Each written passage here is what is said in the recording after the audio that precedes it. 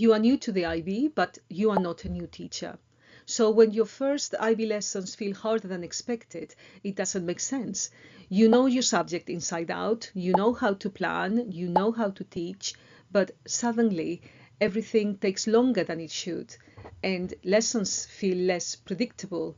Even you start second guessing decisions that you used to make automatically. What actually makes the difference early on when you start for the first time isn't more effort, it is clarity. Before that pressure begins, seeing how the principles work in practice, before you are even responsible for making decisions on the spot. That's what reduces the uncertainty that most new IB teachers feel, but they only recognize once they're already inside the framework. At this point, what most teachers don't realize is that what is happening is nothing to do with capability, is all to do with adjustment to a system that you haven't fully learned yet.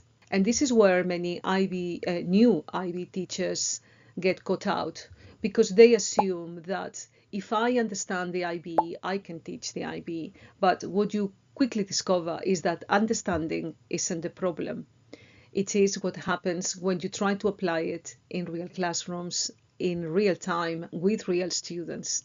That's where the issues start, not in theory, but in the day-to-day reality of teaching. At the beginning, you do what every experienced teacher would do. You prepare carefully, you plan in detail, you try to align your lessons with IB expectations, and it feels like you are doing the right thing. But very quickly, you start to realize that your planning takes longer. You start overthinking sequencing. You keep checking whether everything fits IB properly. And this is not because you're unsure how to teach, but because you're trying to translate one system into another. And that translation process is what creates the extra load. So even before you fully settled into IB teaching, you're already feeling like you're working harder than expected. And not because you're doing anything wrong, it's just because you're still adapting your instincts to a new framework. So you adjust your teaching, you make your lessons more open, more student-led, and more inquiry-based. And on paper, that feels like the right direction.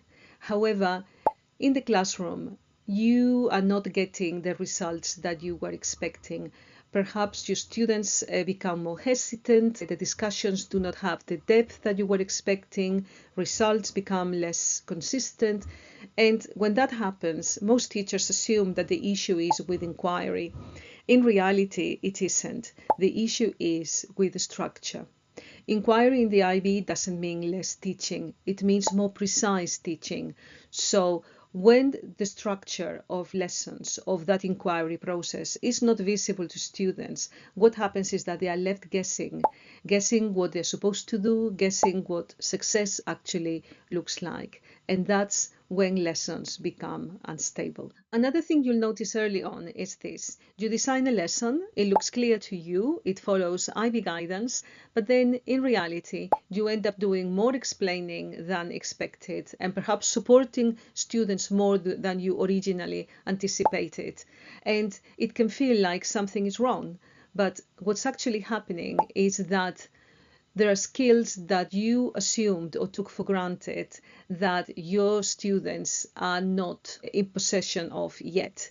Skills like reflection, critical thinking, independence are developed over time, and you should not assume those skills at the start. So if your first IB lessons feel harder than expected, that doesn't mean you're not ready. It simply means that you're still adjusting to how the system works in practice. And unfortunately, most teachers only realize that once they're already teaching full classes, making decisions in real time, planning under pressure. And that's usually when the workload feels heaviest.